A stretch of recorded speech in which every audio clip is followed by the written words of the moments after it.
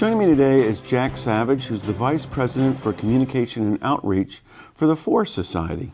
So, Jack, thanks so much for coming here. My pleasure. Thanks for having me. Got a lot of questions. I want to talk about some specific things, but I actually want to start out with sort of really the big picture. What's the mission?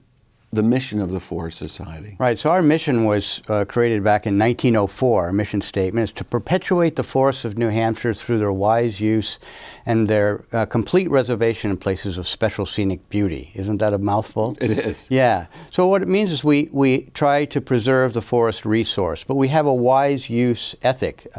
So we see it as a resource. We are in favor of sustainable harvesting of timber, and we look to make sure that we always have, here in the state of New Hampshire, a good forest resource for clean air, clean water, jobs, and the economy.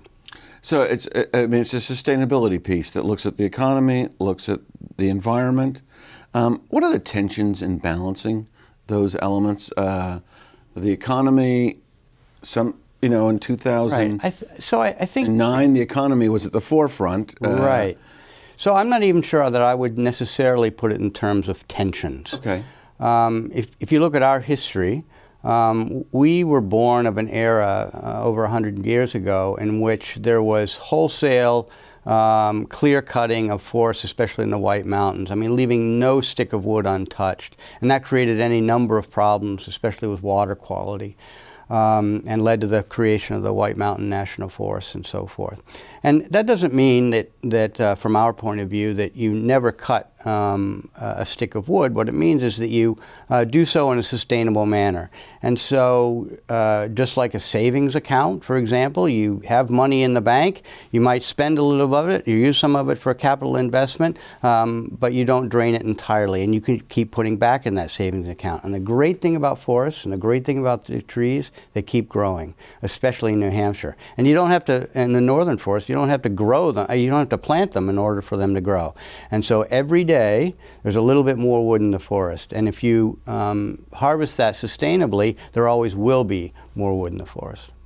And researching this, one of the things that struck me was sort of this planning horizon that the society has. You're looking 100 years in the future when you look at a specific project. And the average consumer is probably looking 30 days, 90 days in the future, maybe a year or two. How do you handle the messaging between that 100 days and that sort of short run 30 days? So I think it's really about trying to sort out priorities from a conservation standpoint. So if we can look forward, we can look to what our population today will need in 10 years, 20 years, 50 years, 100 years and more in terms of natural resources that support us. Water is critically important. Wildlife is something that we all value, for example. Then you can actually quantify how much forest it will require in order to protect those resources and provide those ecosystem services. And then you look at, well, if we're going to protect some of that forest forever through a conservation easement or by acquiring it in fee, which forest would be the most important to protect? And we look at it from a regional standpoint. So we have various regional initiatives, the Quabbin and Cardigan initiative, going from the Quabbin Reservoir up to Mount Cardigan. We have a fairly new Merrimack River Valley initiative. There's a Seacoast Conservation Plan, there's a Lakes Region Conservation Plan, and each of those regions has different density of what's been built out and what's still available for potential conservation. And through these regional plans, we try to figure out what blocks of forest might most benefit us down the road, and do they represent potential for being permanently conserved? And that's the way you can kind of think well ahead and act today in order to protect what we are likely to need in 50, 100, 200 years. Okay, and one of those areas dealt with Mount Sunapee.